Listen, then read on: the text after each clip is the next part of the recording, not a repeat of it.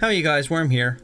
Here's a few TLDR things regarding the live letter which just aired today, and it lasted about 3.5 hours. I'm going to try and explain some of the important stuff in just a couple of minutes. First things first, we got official confirmation that patch 5.4 Futures Rewritten is going to release on Tuesday, December 8th. It was also accompanied by a trailer for patch 5.4 which included a lot of the details that are actually in the live letter and a couple of nice juicy tidbits which you can go and explore for yourself. I'll leave a link for the English trailer in the description.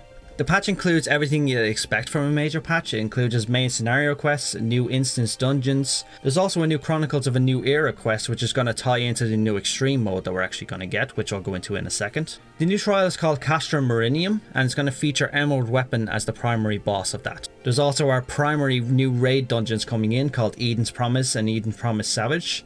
The main requirement for that is you need to have the main scenario quest for patch 5.3 completed in order to register for it. Now, they only released a couple of details for Eden Promise. They were actually very hush-hush regarding the entire thing itself. However, we do know Cloud of Darkness is actually going to make her appearance again ever since she made her first appearance in A Realm Reborn. So she's going to be one of the bosses in this raid tier. However, we don't know what her place is going to be in the raid or which fight she's going to be. A number of the jobs are going to be getting some adjustments in the upcoming patch, but none more than the monk themselves. The monk is getting some major adjustments in order to try and fix some of the issues people have with the job itself. Grease Lightning is getting changed from a status effect into a trait. Its damage increase is actually getting removed, so it's only going to be a speed increase.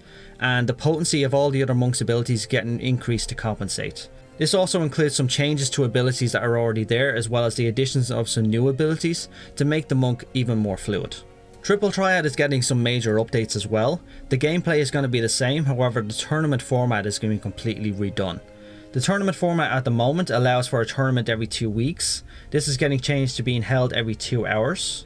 Open tournaments are another thing that's actually getting added to Triple Triad as well. Tournaments are going to be held 2 hours, the same as the other format, and players have 30 minutes to register, and you can register as many players as you want or as possible, and if you don't have enough, NPCs will actually fill the gap. The 4th Ishgardian Restoration is coming in patch 5.41. This includes a new Sky Builder ranking, so it's the 3rd ranking that we've actually received in this expansion.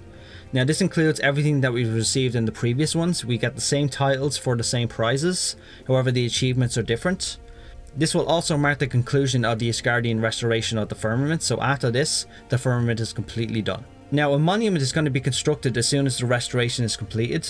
This monument will honour the crafters with the tally the best of each class. So for example, if the carpenters did more than any other job, then their monument is going to reflect the carpenter. This will differ depending on what world you're on, because every world has a different class or job that's actually topped on the Sky Builder ranking. Also, they confirmed the monument is purely aesthetic. It's not going to give any bonuses or anything else like that.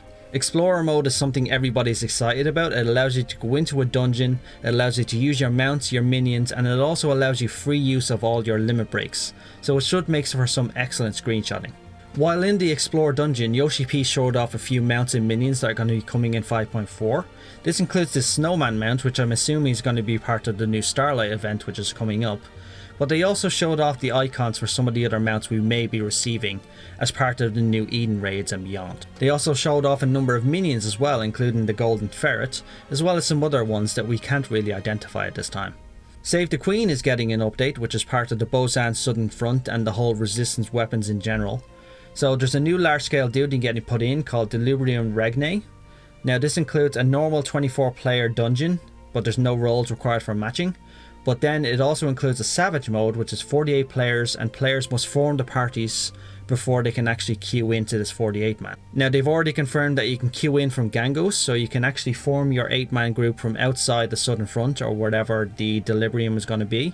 And then you can actually queue with your entire group and then get slotted in with a bunch of other pre-made groups. They've included some quality of life changes into this new content as well. The players can't change jobs while they're in the duty. You can access your Lost Finds cache while actually inside the dungeon itself, which is something a welcome change. The lost actions and gear that you collected in the Bozan Southern Front are usable in the new one, so everything that you've collected thus far still has a use. Our resistance weapons are also getting their 2 extra upgrades as well. Players can upgrade their weapons after completing all 5.45 quests, which is the main meat and potatoes of the dungeon itself. There's 2 additional steps being added. Now during the second step, players can freely customize their secondary attributes, which likely means we have to do a number of grinding, or if you remember from previous relics, light farming, in order to actually increase that stat. This is something me and my FC mates were actually really excited about. They've added a number of new housing items, internal, external, and including this remodel of one of the houses, which gives it a kind of flower shop appearance, including the flower pots all around, the ivy around the roof. And this is something really pretty that me and my FC are definitely looking to get soon. This feature here had me literally jumping up and down in my seat. By the looks of it and from the descriptions on the stream, it's actually an addition that allows you to actually mount your weapons and armor inside of it. So it's similar to the mannequin that we have right now that allows you to actually show off some of your items. However, we didn't get any specific details about how they're going to work, how many we're going to be able to have, because as you know, mannequins have a strict cap depending on the house you're in as well. More than likely this is going to have a cap of some kind as well. However, no details have been released as of yet. However, we've been waiting years and years for this, almost as long as the housing system has been about, so this is something really exciting. Yoshi P teased off a number of emotes and a couple of different nice little tidbits actually while I was in Explore Dungeon. This includes this new cursed emote which he showed off with his character.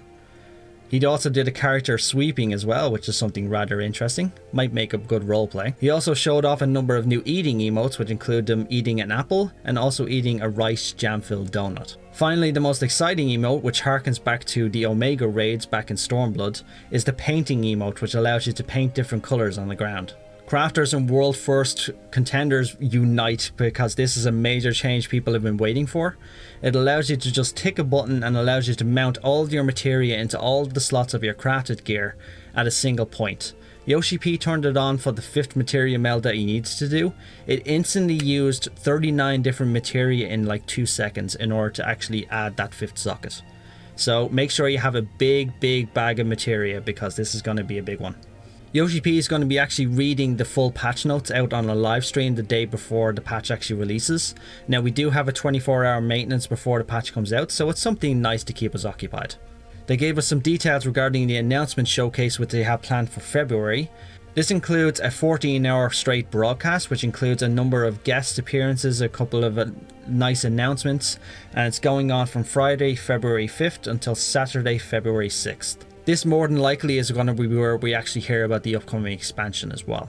And that's everything, guys. Those are the major things that are actually coming in patch 5.4 that were listed on the live letter. The full details of the live letter are going to be down below and on Reddit as well, but they're also going to be doing a big data splash out on the official Final Fantasy XIV forum. Thanks guys, have a good one.